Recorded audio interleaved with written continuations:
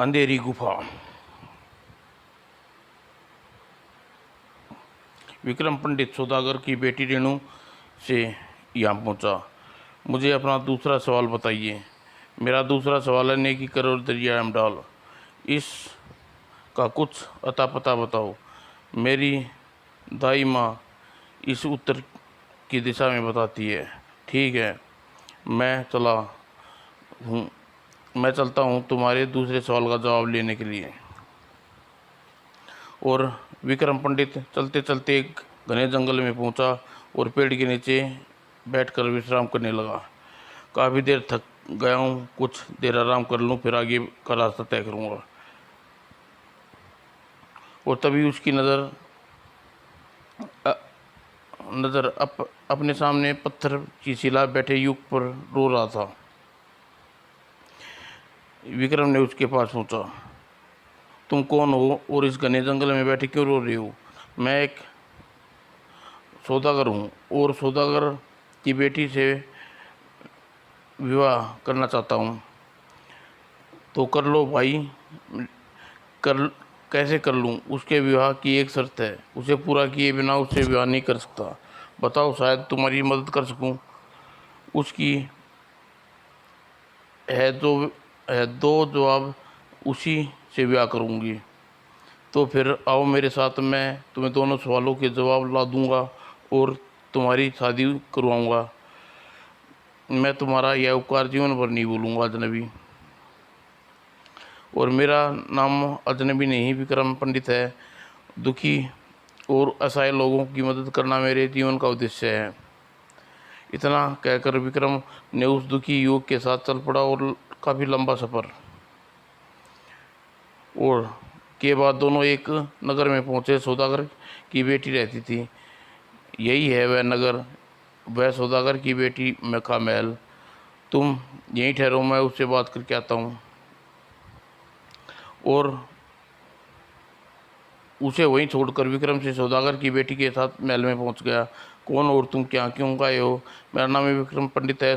सुंदरी, मैं तुम्हारे सवालों का जवाब देने आया हूँ, लेकिन तुम्हें अपने सवालों के जवाब मिल जाने के बाद मेरे बताए हुए युवक से विवाह करना होगा। अगर तुम शर्त मंजूर है तो अपना सवाल बोलो।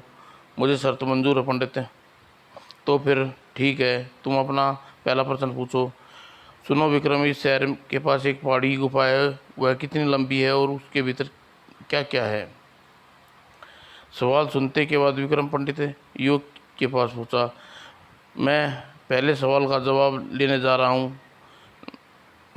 मेरे वापस लौटने तक तुम इसी नगर में रहकर मेरा इंतज़ार करो। इतना कहकर वह पहले सवाल का जवाब लेने के लिए पहाड़ी गुफा की ओर चल पड़ा। विक्रम गुफा पर चलते चलते गुफा के द्वार पर पहुंचा। उफ, यह रही पहाड़ी गुफा।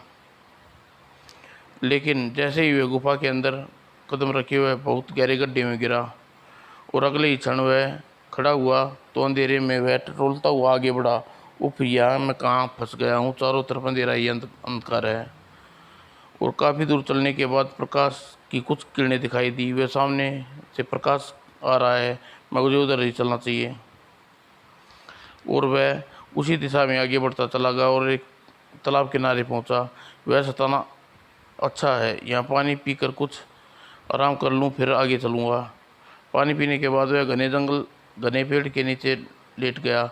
वह इतनी शीतल हवा चल रही है, रात होने वाली है।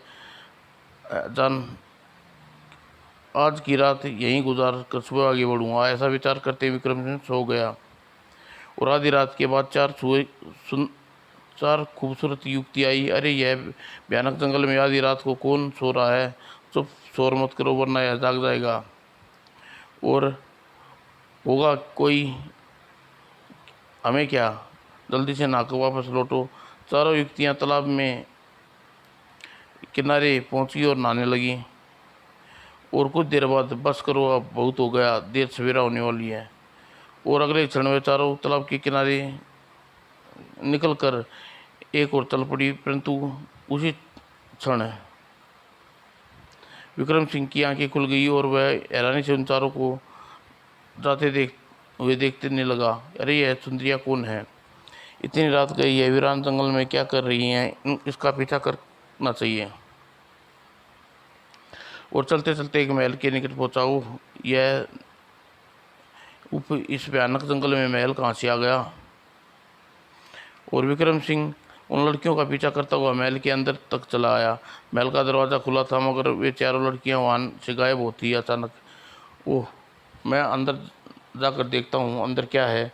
और वह अंदर खुले दरवाजे में अंदर घुसा तो दरवाज़ा बंद हो गया। ओह, दरवाज़ा तो अपने आप बंद हो गया, क्या कहाँ फंस गया?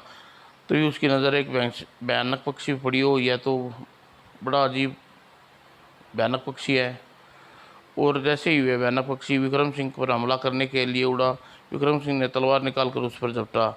उपी है तो सीधा मुझ पर हमला करने वाला है, इसे मारे बिना काम नहीं चलेगा। लेकिन जैसे ही विक्रम ने उसका पैर आगे बढ़ाया, नीचे बढ़ाया, नीचे का तल हट गया और विक्रम से नीचे जा पड़ा। और वही चारों युक्तियाँ बैठी रो रही थी। अरे ओ, ये तो वही युक्तियाँ हैं, पर ये रो क्यों रही है? वे युक्तियाँ गांठ पकड़ चौकी, तुम कौन हो और यहाँ क्या करने आए हो? मेरा नाम विक्रम पंडित है और गुफा का भेद मालूम करने यहाँ आया हूँ। तुम लोग कौन हो? हमारे बारे में जानकर तुम क्या करोगे? तुम्हें अपनी जान की प्यारी है तो चले जाओ यहाँ से। क्यों, यहाँ क्या खतरा है? हम सभी एक नरभक्षी राक्षस की कैद में हैं। वह बड़ा दुष्ट है, अगर उसने यहाँ तुम्हें देख लिया तो तुम्हें मार डालेगा। तुम चिंता मत करो, तुम सब आज़ाद करवाऊंगा। पहले तुम अपनी जान की बचा लो, फिर हम लोगों के लिए सोचना। और तभी एक हाथ उसकी गर्दन दबोच ली। उफ, यह क्या मुसीबत आन पड़ी? और अगले ही पल वह क्षण बेहोश हो गया। और जब होश आया तो उसने खुद को एक अंधेरी कोठरी में पाया। वहाँ एक कैदी मौजूद था। तुम कौन हो भाई? मैं कैदी हूँ, लेकिन यहाँ कैसे पहुँचे? यह बड़ी दर्दनाक कहानी है मित्र, तुम्हें जानकर क्या करोगे? शायद मैं तुम्हारी कोई मदद कर सकूँ। तू सुनो, मेरा मालदीव का व्यापारी हूँ और एक बार मैं अपने बच्चों के साथ बगीचे में टहल रहा था, तभी एक नरभक्षी राक्षस वहाँ आ धमका। हाँ, दोनों को खा जाऊँगा। और उसे देख कर मैं डर गया और अब बच्ची को साथ लेकर अपने एक बड़े महल में जा घुसा। उसके बाद महल का दान पता नहीं वो महल भी उसी दानव का था। उस दानव ने हमारा पीछा करते हुए वहाँ पहुँचा। हाँ, अब तुम मुझ कर कहाँ जाओगे? और उसकी विशाल पंजे ने मेरी गर्दन को जकड़ लिया और मैं बेहोश हो गया। तब होश आया तो इसी कैद में था। और कहानी सुनने के बाद दुखी न हो मित्र, तुम्हें यहाँ से निकालने में तुम्हारी मदद करूँगा, मगर कैसे? पहले मुझे बताओ कि इस कोठरी में कोई आता है या नहीं? हाँ, वही दो पहरेदार आते हैं जो तुम्हें यहाँ डाल कर गए थे। तो फिर मेरी बात ध्यान से सुनो, वे दोनों आए तो तुम ज़ोर ज़ोर से रोने लगना, ताकि मुझे बाहर जाने का मौका मिल जाए और बाद में मैं तुम्हें छुड़ा लूँगा। तुम जैसा कहते हो वैसा ही करूँगा। मुझे अपनी बेटी की बड़ी चिंता है।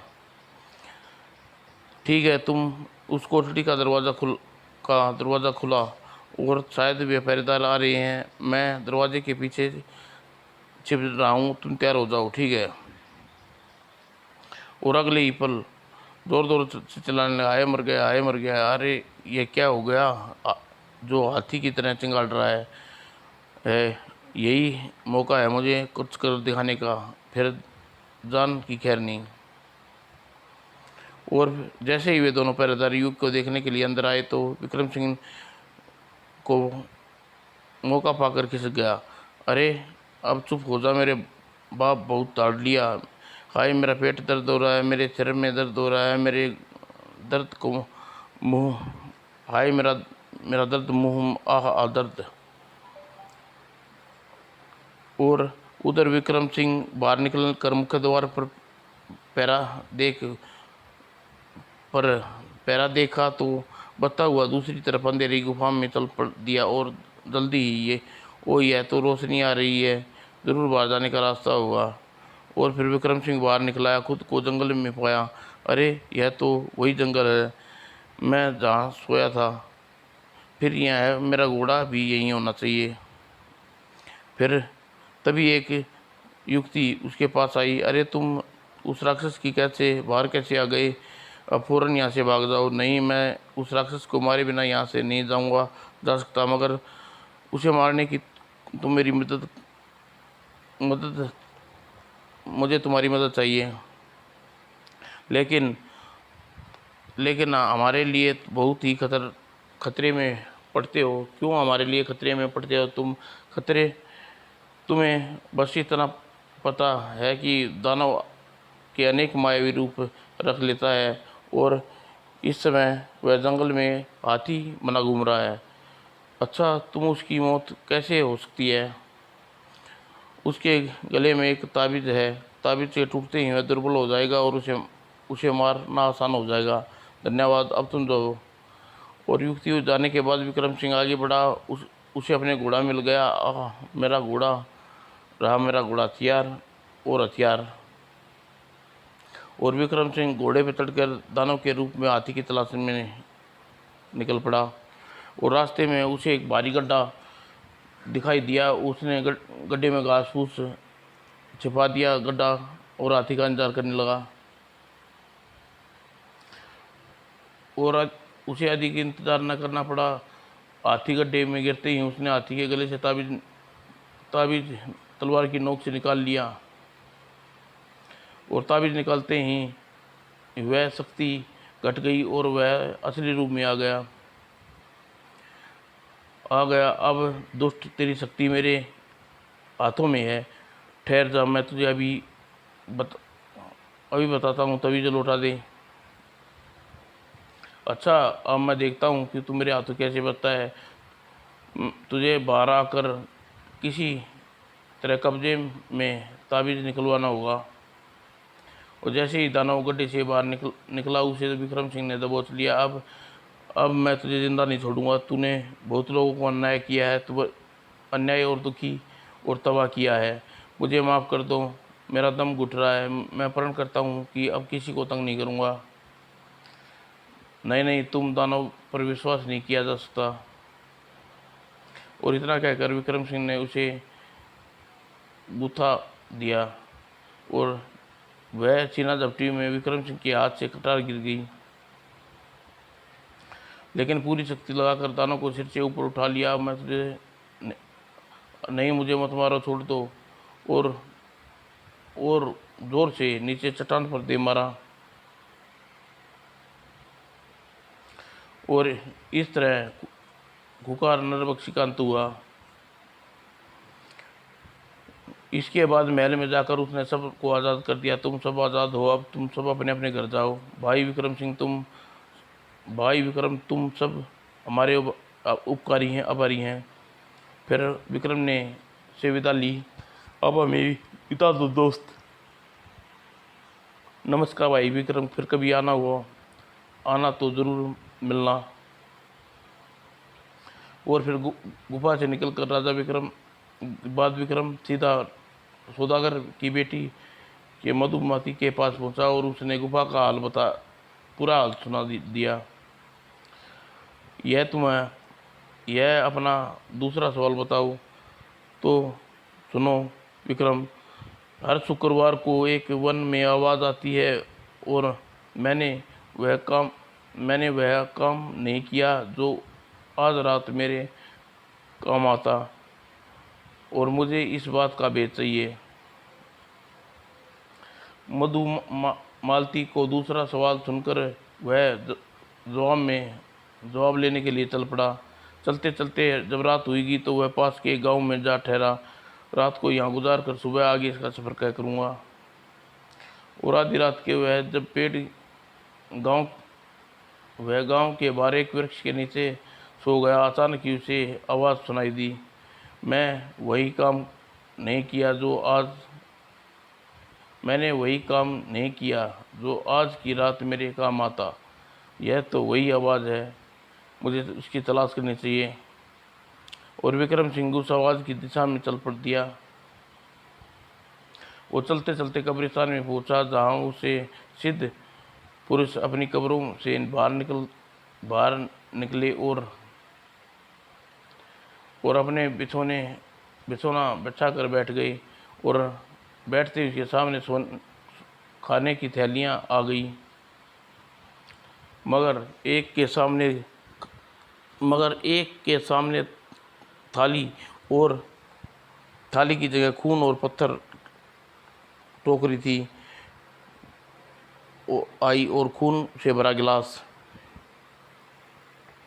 वह इस पर वैसे रोने लगा और आह भरकर बोला, हाय, मैंने वह काम नहीं किया जो आज रात मेरे काम आता। यह देख विक्रम सिंह पेड़ की ओर से निकला और तुरंत ही उस सिद्ध पुरुष के पास पहुंचा। बाबा, तुम्हारी ऐसी हीन दशा कैसे हो गई? यह बड़ी दर्दनाक कथा है बेटे। मेरा नाम वीर है। मैं एक सौदागर था, लेकिन बहुत लोभी था। इसलिए मैं किसी फकीर को एक फूटी कौड़ी दान न करता था। अल्लाह के नाम पर दे दे, कुछ दे दे बाबा, अल्लाह से ईजा कर मांग। यहाँ तेरे बाप का दादा कमा कर नहीं रख गए, चल भाग यहाँ से। और मेरे घर का आदमी अगर खैरात देना भी चाहता तो मैं उसे डपट देता। यह मेरे गाढ़े खून का सीने की कमाई है। अगर तूने बांटना है तो खुद का कमा कर बांटो। इस तरह मेरी दौलत क्यों उड़ा रहे हो कमीनों? और फिर एक दिन मैं अपने नौकरों चाकरों के साथ दूसरे शहर में जा रहा था व्यापार के लिए। तभी रास्ते में डाकुओं ने हमें पर आक्रमण कर दिया। मार डालो इन सबको और छीन लो इनका संभाल। चल निकाल अपना माल, वरना तुझे जान से मार डालेंगे। यह मेरे गाढ़े खून का सीने की कमाई है, मैं इन्हें नहीं दूंगा। और मैं डाकुओं ने मुझ पर और मेरे नौकरों को मार डाला और मेरा सारा माल लूट लिया। और तब मेरी कब्र भी उन नौकरों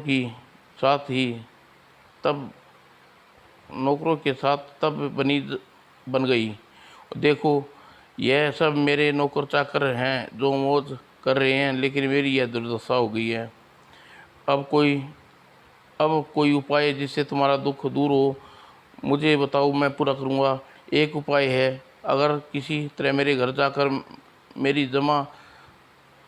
मेरा जमा धन आधा हिस्सा दीन दुखियों में बांट दो, तो आधा मेरे बच्चे को दे दो, तो मेरा दुख दर्द दूर हो जाएगा। यह काम मैं कर दूंगा बाबा, लेकिन तुम्हारा वह धन मुझे मिलेगा कहाँ? बड़ौत में मेरे घर के सामने एक पेड़ लगा है, उसके नीचे मेरा बाकी का धन गड़ा है। पूरा अता पता लेकर विक्रम बड़ौत की ओर जाने के लिए चल दिया। और बड़ौत के सौदागर मीर सिंह का घर पहुंचा और उसके बच्चे रहते थे। कहो भाई, कहाँ से आए हो और क्या काम है? मैं तुम्हारे पिता के पास से आया हूँ और तुम्हारे लिए खुशखबरी लाया हूँ। तब व्यक्ति ने विक्रम को आदर सहित हवेली में अंदर ले आया और अपने सब भाइयों और बच्चों को वहाँ बुला लिया। अब सुनाओ, क्या खुशखबरी है? तुम्हारे हवेली के बाहर जो पेड़ है, उसके नीचे तुम्हारे बाप ने बहुत सारा धन गड़ा है। उसे खोद कर निकाल कर आधा गरीबों में बांट दो और आधा तुम रख लो। और जब पेड़ की ज़मीन के खोदी गई तो एक बड़ा खजाना वहाँ छिपा हुआ मिला। और आधे भाग का उन्होंने विक्रम सिंह के अनुसार उसके पिता के नाम गरीबों में बांट दिया और आधा उन्होंने अपने पास रख लिया। कार्य पूर्ण होने के बाद, अच्छा, अब मुझे अलविदा दो। इसने एक इंसान तुम्हारा उपकार हम जीवन भर याद रखेंगे। हमारे पिताजी का दुख दूर किया। विक्रम वापस उसी कब्रिस्तान में लौटा और आधी रात को जब उसने सिद्ध पुरुष मीर को अन्य सिद्ध पुरुष की भांति भोजन करते देखा तो बहुत प्रसन्न हुआ। ओह नेक इंसान, तूने मेरा दुख दूर कर दिया। जो पुण्य कमाया उसका फल तुझे ईश्वर जरूर देगा। धन्यवाद बाबा, मैं चलता हूँ। और विक्रम सिंह ने सौदागर की बेटी मधुलता के पास पहुंचा, उससे कब्रिस्तान में कहानी तो की तो सुनाई, और मैंने तुम्हारी दोनों तो पहलियां हल कर दी है, अब तुम्हें मेरी शर्त पूरी करनी पड़ेगी। सचमुच तुम परोपकारी और नेक इंसान हो विक्रम, बताओ अपने मित्र को, मैं उससे विवाह करने के लिए तैयार हूँ। और उसी दिन मधु मालती ने उस सौदागर से शादी कर ली, और विवाह के हो चुकने के बाद विक्रम सिंह विदा लेनी चाहिए। मुझे इजाज़त दे दो बंधु, मैं तुम्हारा उपकार ज़िंदगी भर नहीं भूलूंगा। कभी इस शहर में आओ तो यहाँ ज़रूर आना मेरे दोस्त। चलते चलते नदी के किनारे पहुंचा।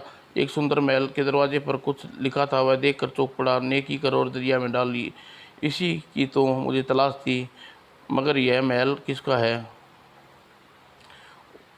और वह महल की मुख्य सड़क पर निकट पहुंचा और एक सेवक को ने उसे आदर सहित अंदर ले आया। स्वागत है महाराज, मेहमान हाजिर है। लाओ मेहमान का तो आओ नेक इंसान, हम तुम्हारा स्वागत करते हैं। और विक्रम सिंह को स्वादिष्ट भोजन कराया। वाह कितना स्वादिष्ट भोजन है, ऐसा भोजन जिंदगी में कभी नहीं किया। और भोजन कर चुकने के बाद आपके महल के द्वार पर नेकी करो दरिया में डाल लिखा हुआ है। इसकी एक लंबी कहानी है बेटा। वह वृद्ध राजा अपनी कहानी सुनाने लगा। मैं पहले लुटेरा था और एक रात अंधेरे में अपने नगर में के बाहर एक अग्नि आने वाले मुसाफिर को लूटा करता था। अगर अपनी जान की खैर चलाते हो तो जो भी तुम्हारे पास है मुझे दे दो। लेकिन एक दिन मजदूरी कर के भी मैंने कमाया, और दिन में मेहनत मजदूरी कर कर मैं कमाया करता था, और उस पैसे से घी रोटियां खरीद कर उसे नदी में डाल दिया करता था। एक दिन पहाड़ी के पत्थर तोड़ने के लिए जब मैं पहाड़ी पर से गिरा तो और मेरा दम तोड़ दिया, और यमदूतों ने धर्मराज के पास ले गए, और धर्मराज ने हमें इसे यहाँ ले आए। आज्ञा हो तो इसे नरक में डाल दे, नहीं इसे स्वर्ग में डाल दो। मगर क्यों? इसने तो लोगों को लूट कर खूब पाप किया है, इसे तो नरक में जाना चाहिए। लेकिन इसने अपनी मेहनत की कमाई से कितने ही पानी के जीवों का पेट भरा है, पुण्य कमाया है, अतः यह स्वर्ग का अधिकारी है, इसे स्वर्ग में ही ले जाओ। किंतु महाराज ये लोग गलत प्राणियों को ले आए हैं, इसकी आयु तो अभी शेष है, इसे वापस भेज दीजिए। और इसके नाम का दूसरा जीव अपनी आयु भोग रहा है, उसे मंगवाइए। और गुप्त को ऐसा कहने पर धर्मराज ने मुझे पृथ्वी पर छोड़ आने का आदेश दिया, और यमदूत मुझे पृथ्वी पर छोड़ आए। और मैं निर्जीव शरीर हरकत में हुई और मेरी आंखें खुल गई। अरे यह तो जिंदा हो गया। हाँ भाई, मुझे यमराज ने वापस भेज दिया, और अब ऐसा कोई काम नहीं है जिसे मुझे मरने के बाद नरक भोगना पड़ेगा।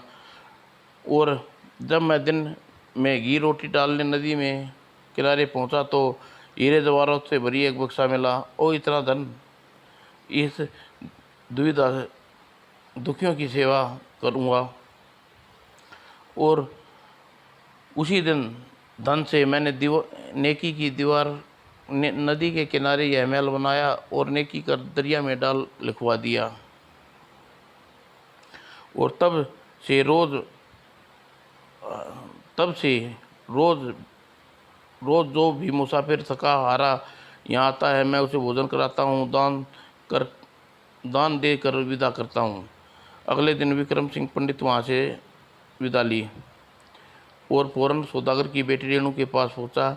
उसे सारी बात जो की तो सुना दी। मैंने तुम्हारे दूसरे सवाल का जवाब दे दिया सुंदरी, अब मैं कल आऊँगा और तीसरे सवाल का जवाब पूछना। मैं कल तुम्हारी प्रतीक्षा करूँगी विक्रम। और विक्रम वहाँ से अपने मित्र मुनीर स्वामी के मिलने चल दिया। और रेणु कैसा परोपकारी है ये, काश मुझे यही मुझसे विवाह करने की तैयारी हो जाए, धन्य हो जाऊं। समाप्त दोस्तों।